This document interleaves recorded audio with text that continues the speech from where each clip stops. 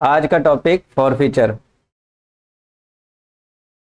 Forfeiture of shares. ये issue of share chapter का या यूनिट का कह लो, बहुत इम्पॉर्टेंट बड़ा टॉपिक है ये। और ध्यान रहे, एग्जाम में अगर क्वेश्चन आएगा तो वो यहाँ से जरूर आएगा। फॉरफीचर ऑफ शेयर से पेपर में ना ऐसा हो ही नहीं सकता। 12th क्लास में भी ये एक अच्छा खासा रोल प्ले करता है। 8 नंबर का पेपर में आता है क्वेश्चन ये।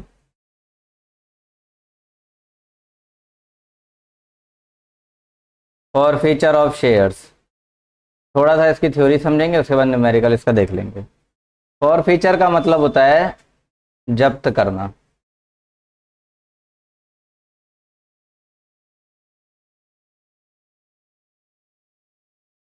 है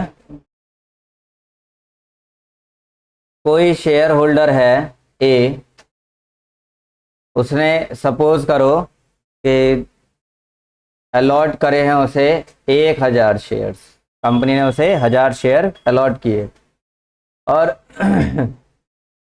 ऐसा कुछ रहा कि इसने एप्लीकेशन तो दे दी, अलॉटमेंट भी दे दिया, लेकिन फर्स्ट कॉल नहीं दी एंड फाइनल कॉल नहीं दी। ऐसे में कंपनी से पैसा तो मांगेगी ना। इसने अगर पैसे नहीं दिए तो इसका मतलब ये थोड़ी कंपनी से छोड़ देगी। कंपनी इससे पैसा मांगेगी, ठीक है, तो कंपनी इसके पास नोटिस भेजेगी। तो पहला नोटिस जाएगा इसके पास, ए के पास, कि भाई अपना पैसा दे दो, तुम्हारा जो अमाउंट ड्यू जा रहा है पैसा दे दो। ऐसे ही दूसरा नोटिस जाएगा, अपने पैसे दे दो।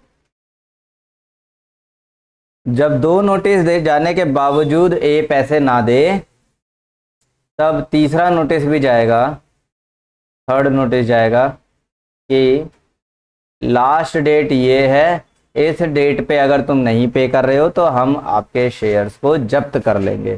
शेयर जब्त करने का मतलब जो शेयर आपके नाम पे हमने निकाला था, आपका नाम चढ़ा रखा है, वो नाम काट देंगे, वो शेयर वापस कंपनी को आ जाएगा फिर, है ना। ऐसा थोड़ी है कि फिजिकल फॉर्म में तुमने शेयर रखे हुए हैं, वो तो डिजिटल फॉर्म में है, वो वापस आ जाएगा। और जो पैसे उसके लिए तुमने ये एप्लीकेशन अलॉटमेंट दिया हुआ था, ये पैसा भी नहीं मिलेगा वापस। ये बिल्कुल वैसे ही है जैसे कार एक है, वो लोन पे ले लिया, इंस्टॉलमेंट पे ले लिया, तुमने इंस्टॉलमेंट पे ही नहीं करी, तो रोड पे या कहीं पर लोन वाले खड़े मिलेंगे, या तुम घर पे आओगे, घर पे आ जाएंगे वो, और तुमसे चाबी लेंगे, कार को लेके चलते बनेंगे, कहेंगे अपना पैसा चुकाओ आके और कार लेके चले जाओ। तो इस केस में पैसा चुकाओ तो कार वापस मिल जाएगी। लेकिन यहाँ शेयर वाले केस में क्या है कि फॉरफिट कर लिया अगर, तो ये पैसा सारा डूब गया है, ये सब डूब गया। किसका? शेयर होल्डर का। तो एक तरह से ये एक्स्ट्रा पैसा मिल गया ना कंपनी को।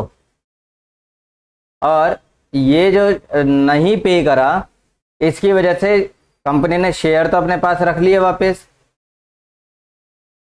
वापस रख के कंपनी को भी कोई फायदा है नहीं। कंपनी क्या करेगी? इसी शेयर को किसी और पर्सन को री इशू कर देगी, है। क्या कंपनी उस शेयर को अपने पास रख के क्या करेगी? भाई कंपनी तो शेयर इशू करेगी तो उसे कैपिटल मिलेगा ना।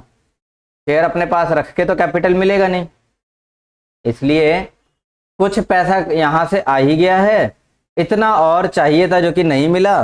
कम से कम इतना पाने के लिए कंपनी उसे री इशू कर देगी किसी और पर्सन को। तो री इशू करेंगे, इस हिसाब से करेंगे कि एटलीस्ट ये वाला अमाउंट तो मिल जाए।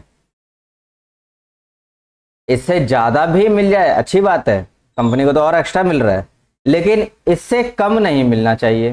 मान लो मैं कहता हूँ 4 3 2 1, तो फर्स्ट और फाइनल कॉल मिला के कितना बन रहा है? 3 रुपए, है ना? कम से कम 3 रुपए तो मिल जाए, इस हिसाब से रीइशू करना है। 3 रुपए से ज्यादा पे रीइशू कर दो, 4 रुपए, 5 रुपए, 6 रुपए, 7 रुपए, 10 रुपए, 20 रुपए, 50 रुपए, कितना पे भी कर लो, कोई दिक्कत नहीं है, लेकिन 3 रुपए से कम नहीं कर सकते। दैट मीन्स यहाँ एक बात तुम्हें और समझ में आई कि जो रीइशू होता है, रीइशू ये पार, प्रीमियम, डिस्काउंट तीनों पे चल रहा है। ये बात पता चली ना? रीइशू, पार, प्रीमियम और डिस्काउंट तीनों पे चलता है। जैसा अभी बताया ना कि फर्स्ट एंड फाइनल कॉल मिला के कुल मिला के 2 रुपए और 1 रुपए,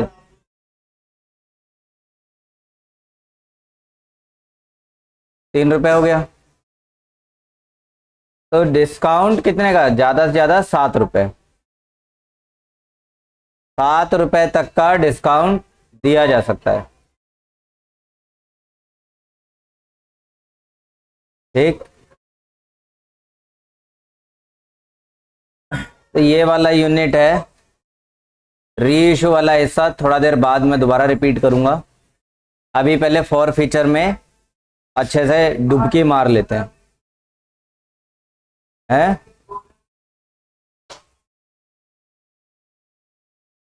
फॉर फीचर की बात करते हैं,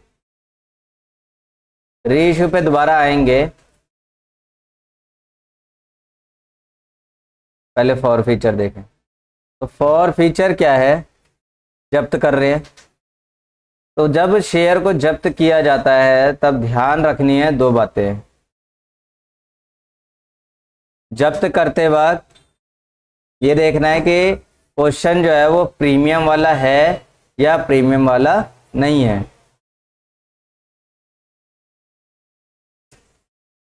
तो दो तरह के क्वेश्चन हो सकते हैं, एक तो प्रीमियम नहीं है उसमें, नो प्रीमियम है, और एक विद प्रीमियम वाला क्वेश्चन है।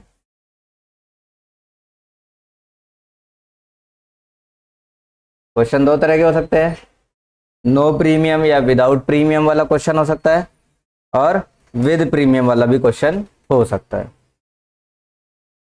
नो प्रीमियम वाला क्वेश्चन है तब तो यहाँ कोई दिक्कत है ही नहीं, तब तो एकदम स्ट्रेट फॉरवर्ड सीधा सीधा चलेगा, जैसे मैं आगे बताने वाला हूँ। विद प्रीमियम वाला क्वेश्चन है तब यहाँ दो बातें देखनी है कि जिन शेयर्स को फॉरफिट कर रहे हैं उन शेयर्स पे प्रीमियम का पैसा आ चुका है या आना बाकी है ना? तो दो तरह के यहाँ पे भी हो गए, प्रीमियम रिसीव्ड, प्रीमियम रिसीव हो चुका है और प्रीमियम रिसीव नहीं हुआ है, प्रीमियम नॉट रिसीव्ड।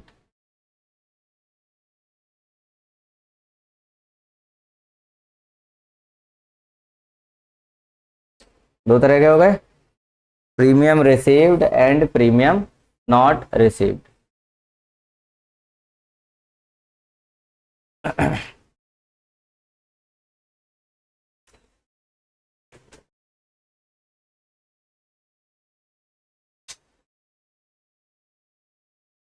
तीन केस है हमारे पास।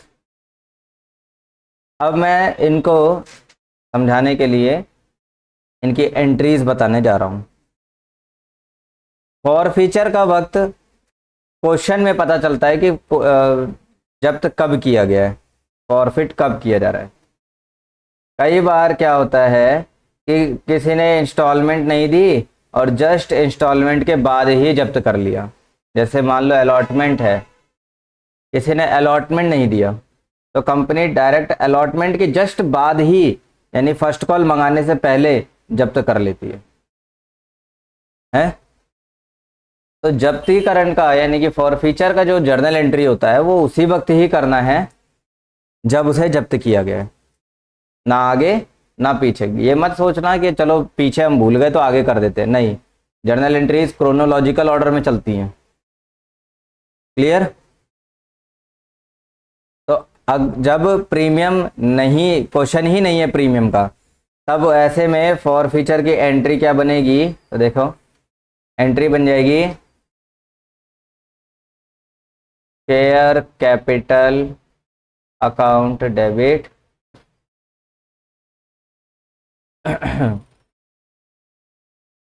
To share forfeited account to, जो पैसा नहीं आया है उसको यहाँ लिख देंगे कॉल्स इन एरियर अकाउंट।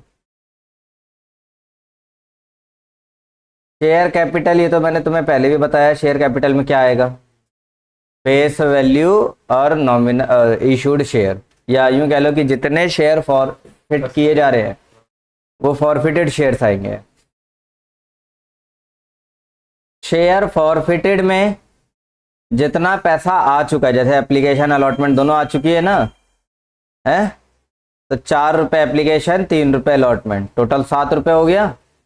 तो 7 रुपये से मल्टीप्लाई करेंगे, शेयर्स मल्टीप्लाई 7,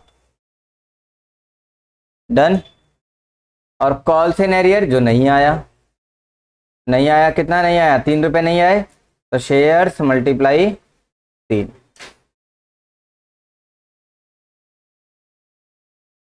जितना आ चुका, तो 7 रुपये आ चुका हमारे एग्जाम्पल में।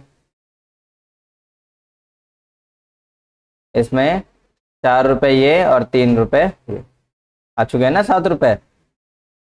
तो ये फॉरफिचर शेयर फॉरफिटेड अकाउंट में चला जाएगा, और जो नहीं आए हैं ये 2 रुपये और 1 रुपये, ये हमारा फर्स्ट कॉल इन एरियर में आ जाएगा। पहली बात क्लियर है? इसके बाद अब अगर हम विद प्रीमियम वाले केस में घूमते हैं, तो विद प्रीमियम वाले केस में ध्यान देना है कि प्रीमियम रिसीव हो चुका है या नहीं हुआ है। अगर जो प्रीमियम रिसीव हो चुका होगा तो फिर मान के चलो कि अब क्वेश्चन प्रीमियम वाला रहा ही नहीं। अगर प्रीमियम रिसीव हो चुका है ऑलरेडी, जैसे मान लो अलॉटमेंट पे प्रीमियम मंगाना था और किसी शेयर होल्डर ने एप्लीकेशन अलॉटमेंट दोनों दे दिया है, मतलब उसने प्रीमियम भी दे दिया है। तो अगर प्रीमियम दे दिया है तो अब ये बात मान के चलो कि ये क्वेश्चन प्रीमियम वाला नहीं रहा, विदाउट प्रीमियम वाला क्वेश्चन अभी। तो ऐसे में जर्नल एंट्री अब समझ ही गए, जब विदाउट प्रीमियम वाला क्वेश्चन है तो विदाउट प्रीमियम वाली ही जर्नल एंट्री यहाँ भी चलेगी। जो जर्नल एंट्री हो जाएगी share capital account debit to share forfeited account और टू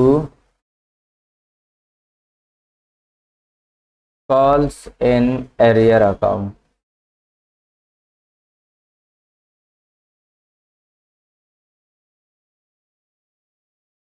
अगर प्रीमियम रिसीव हो चुका है तब, लेकिन अगर प्रीमियम रिसीव नहीं हुआ है, लाइक अलॉटमेंट पे प्रीमियम है और किसी पर्सन ने अलॉटमेंट का ही पैसा नहीं दिया है, यानी प्रीमियम भी नहीं दिया उसने, तो वो नॉट रिसीव वाले केस में आएंगे। तब ऐसे में थोड़ा सा चेंज कर देना बस, तो शेयर कैपिटल अकाउंट डेबिट, और डेबिट में लिखेंगे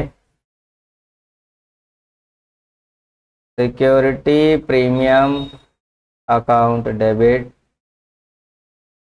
to share forfeited account to calls in arrear account.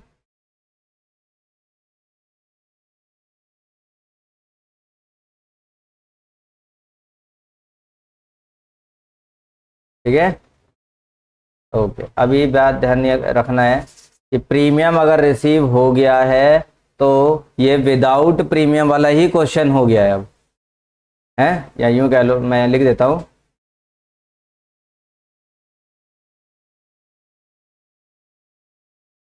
Same as no premium case, same as no premium case, मतलब इसमें प्रीमियम को भूल जाना है अब। क्लियर? ना तो प्रीमियम की एंट्री याद रखनी है, ना प्रीमियम का अमाउंट याद रखना है।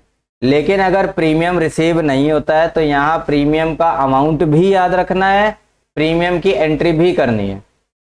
प्रीमियम की एंट्री करेंगे तो एसपीआर डेबिट हो जाएगा, और जो प्रीमियम का अमाउंट है, वो प्रीमियम का जो अमाउंट रहेगा वो कॉल्स इन एरियर में आ जाएगा।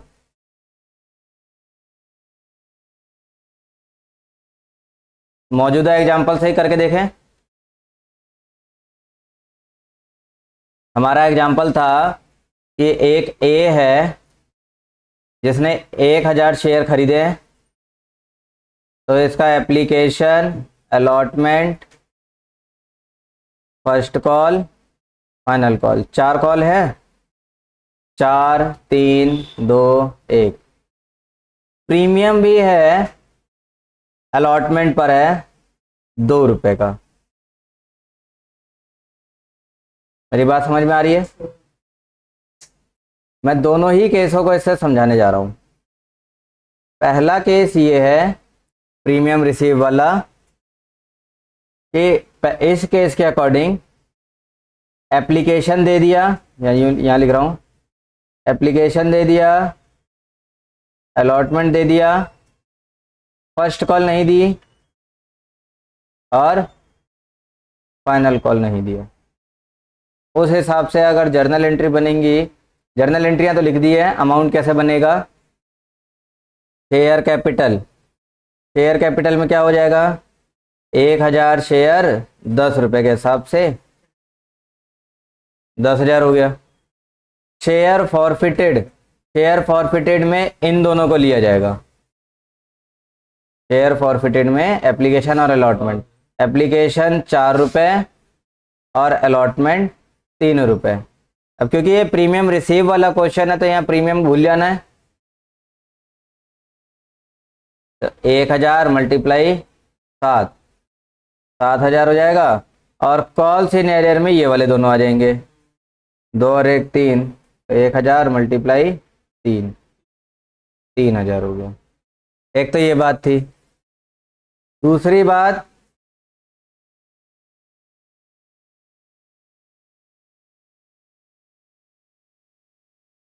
यहां पर बात करेंगे, प्रीमियम अगर नहीं आ रहा तो उस केस में इसका मतलब अलॉटमेंट नहीं आई है ना। यहाँ लिख देता हूं, इसने एप्लीकेशन दे दिया, अलॉटमेंट नहीं दिया, फर्स्ट कॉल नहीं दी, और फाइनल कॉल नहीं दी। एप्लीकेशन दे दिया, अलॉटमेंट नहीं दिया, फर्स्ट कॉल नहीं दिया, फाइनल कॉल नहीं दिया। अब अलॉटमेंट अगर नहीं दिया, इसका मतलब ये हो गया कि उसने पूरे 5 रुपए नहीं दिए हैं, यानी कि प्रीमियम भी नहीं दिए। तो लिखा जाए कैपिटल में, तो भाई हमें पता है 1000 शेयर मल्टीप्लाई 10, ये तो सीधे सीधे फेस वैल्यू। प्रीमियम 2 रुपए नहीं दिए ना, तो यहाँ लिखेंगे फिर 1000 मल्टीप्लाई 2। फॉरफिटेड में क्या आएगा, फॉरफिटेड में जितना इसने पे कर दिया है, कितना पे किया है, सिर्फ एप्लीकेशन, तो वही आ जाएगा 1000 मल्टीप्लाई 4। और कॉल्स इन एरियर जो इसने नहीं दिया, ये तीनों नहीं दिए, तीनों का मतलब अलॉटमेंट पूरा 5 रुपए, प्रीमियम जोड़कर, मैंने बताया ना यहाँ पर प्रीमियम भी इंक्लूड हो जाएगा। फर्स्ट कॉल 2 रुपए, फाइनल कॉल 5 2 7, और 5 और 2 7 और 1 8, तो 1000 मल्टीप्लाई 8, यहाँ पर आ जाएगा 8000 रुपये। आ गया समझ? कॉपी कर लो, करना है तो।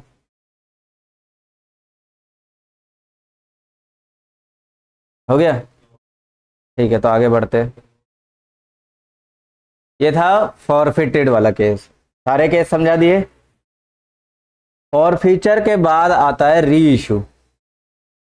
भाई जब्त कर लिया तो कंपनी उसे री इशू करेगी, तभी तो कंपनी उस शेयर पे मौजूद सारा पैसा बना पाएगी। तो री इशू जब होता है तो री इशू पार पे भी हो सकता है, प्रीमियम पे भी हो सकता है और डिस्काउंट पर भी हो सकता है। पार पे होने का मतलब है पूरे 10 रुपए पर री इशू कर दिया। यहाँ इंस्टॉलमेंट नहीं होती है, यहाँ इकट्ठा एक साथ पैसा मंगाया जाता है। री इशू इंस्टॉलमेंट पे नहीं होगा, ठीक है। प्रीमियम का मतलब हो गया 12 रुपए पे इशू कर दिया। डिस्काउंट, मैक्सिमम डिस्काउंट 7 रुपए का दिया जा सकता है, मैंने ये बताया है यहां पर।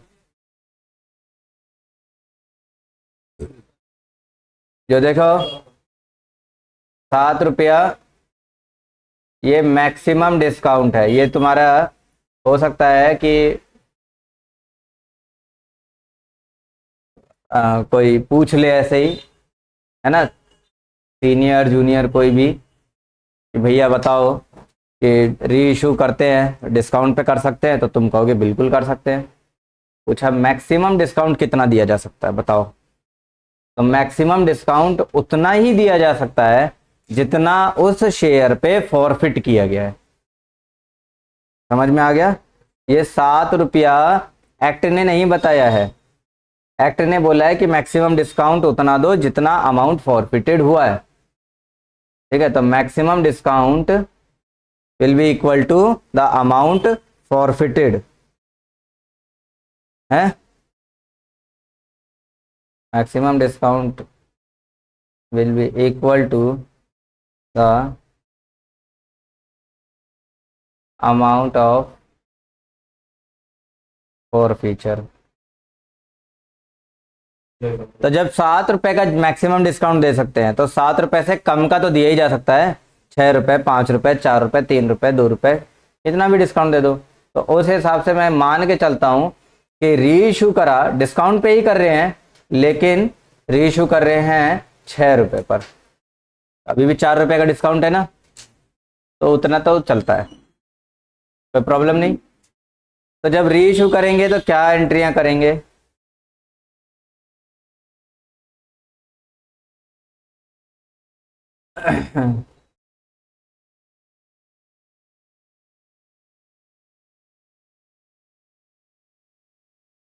देखिए री इशू की एंट्री हो जाएगी पार के केस में bank account debit to share capital account. क्योंकि यहाँ कोई इंस्टॉलमेंट है ही नहीं, तो किसी का नाम नहीं लिखेंगे, सीधे शेयर कैपिटल आ जाएगा। बात पकड़ में आई? अब हमें पता है कि 1000 शेयर है, 1000 शेयर है और री इशू कर रहे हैं 10 रुपए पर, तो यहाँ पर सीधे सीधे 10,000 10,000 आ जाएगा। ठीक है, ये तो अच्छी बात थी, जल्दी समझ में आ गया। प्रीमियम की बात करेंगे। अगर प्रीमियम की बात करें तो प्रीमियम के केस में एंट्री हो जाएगी bank account debit to share capital account. और तुम बचपन से पढ़ते आ रहे हो कि प्रीमियम को क्रेडिट किया जाता है, तो सिक्योरिटी कैलकुलेशन कर लेंगे, सिक्योरिटी प्रीमियम अकाउंट, है ना। अब अमाउंट भरा जाए, पहले तो ये कैपिटल को ही भर देते हैं। कैपिटल में क्या हो जाएगा, सबको पता है कि 1000 शेयर है 10 रुपए के हिसाब से, तो 10,000 तो कैपिटल का हो गया। प्रीमियम भी हमें पता है 2 रुपए का है। मैं 2 रुपए ना करके इस प्रीमियम को 3 रुपए कर दूं,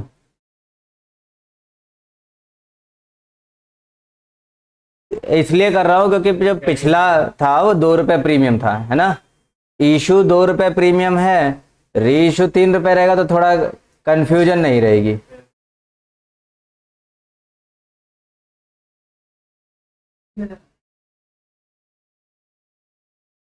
दस हजार इंटू 3, 30 हजार। अच्छा 1 हजार शेयर है, sorry sorry sorry, my mistake.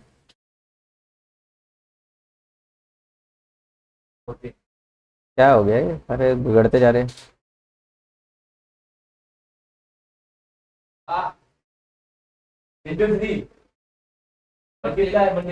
हाँ हाँ कर तो रहा हूँ।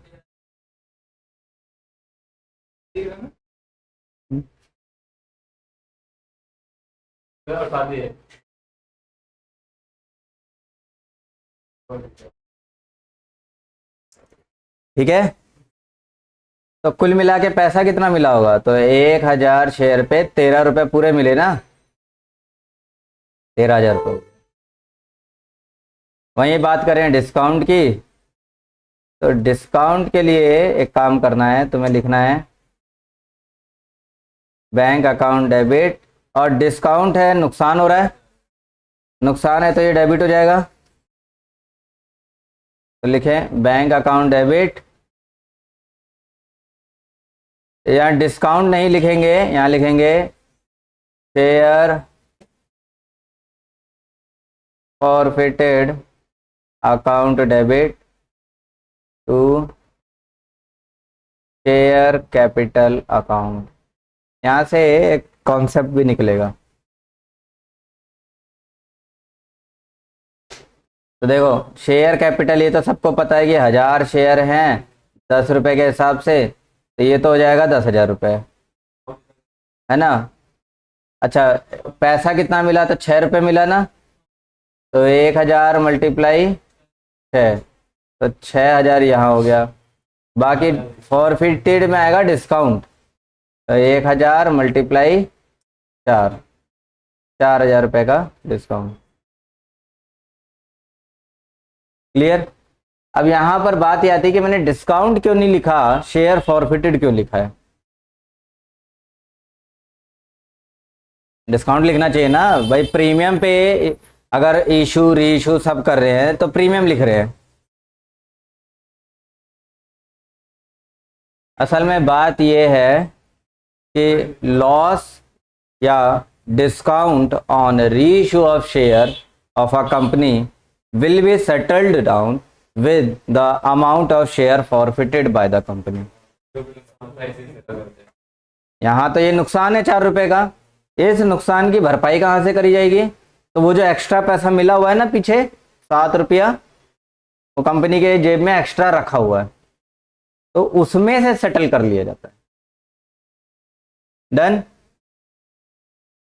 ठीक है। सेटल करने के बाद भी कुछ बचा होगा ना कंपनी की जेब में, 3 रुपया भी बचा हुआ है भाई, 7 रुपया कंपनी की जेब में एक्स्ट्रा आया था, 4 रुपया तो यहाँ सेटल कर लिया डिस्काउंट में, 3 रुपया अभी भी कंपनी की जेब में रखा है।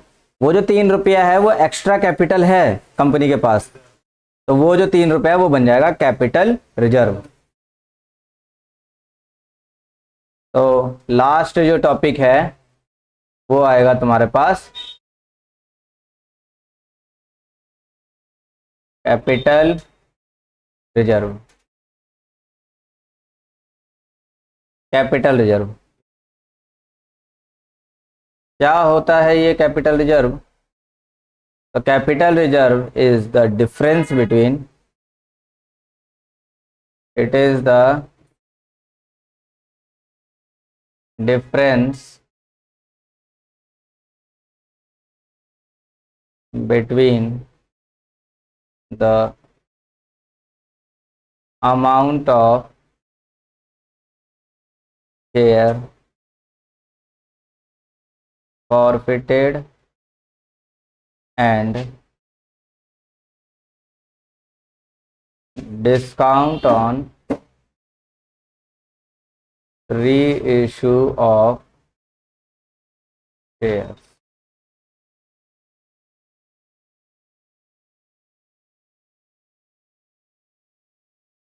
डन। इसकी जर्नल एंट्री भी होती है। जर्नल एंट्री हो जाएगी share forfeited account debit to capital reserve account. हो गया। और इसके बाद रहता है इसका कैलकुलेशन। कैलकुलेशन किया जाता है तो कई बार इसे वर्किंग नोट में कर लेते हैं।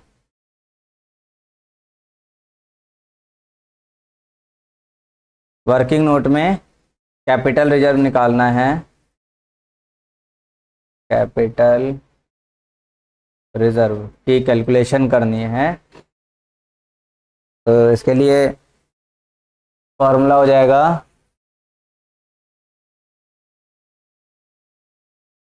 Amount of share forfeited upon number of share forfeited multiply number of shares reissued. ठीक है। इतना करने के बाद आगे इसमें छोटा सा काम और जोड़ देना है, minus discount on reissue of shares.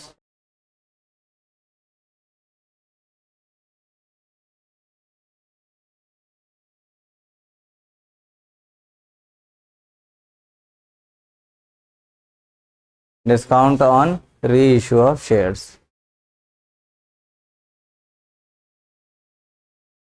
इतना सब करने के बाद कैपिटल रिजर्व निकल जाता है और पूरी कहानी यहाँ आके ख़त्म हो जाती है। अगर मैं इसमें अमाउंट भरना चाहूँ तो मैं सीधे सीधे बता दे रहा हूँ, 3 रुपये अपनी जेब में बचा था, देखो लिखा है ना difference between amount of share forfeited and discount on reissue. तो अमाउंट ऑफ शेयर फॉरफिटेड हमारे पास 7 रुपया था, रीइशू पे डिस्काउंट हुआ है तो 4 रुपये डिस्काउंट चला गया, बचता है 3 रुपये। यही 3 रुपये कैपिटल रिजर्व है। हमारे पास शेयर्स हैं 1000, 1000 मल्टीप्लाई 3, तो यहाँ 3000 और इधर भी 3000। तो कॉन्सेप्ट तो यही था, बाकी कुछ अतरंगी क्वेश्चंस आएंगे जिसमें एक शेयर होल्डर ना होके 2-2, 3-3 शेयर होल्डर्स नखरेबाजी कर रहे होंगे। प्रोराटा बनाया जा रहा है तो कई टुकड़ों में बनाया जा रहा है। बाकी स्ट्रेट फॉरवर्ड कॉन्सेप्ट यही था।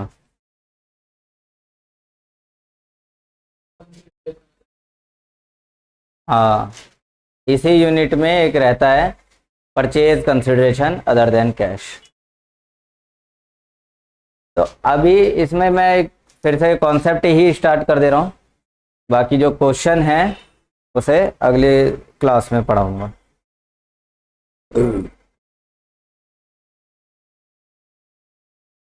कर लिया इसे।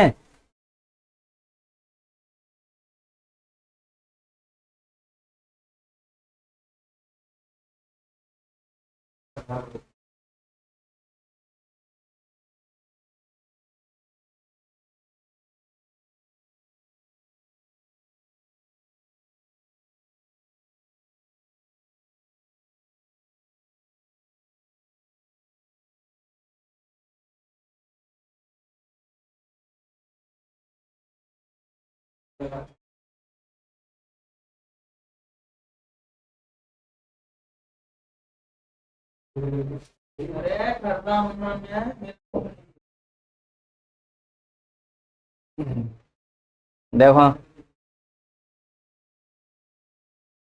Issue of shares for consideration other than cash.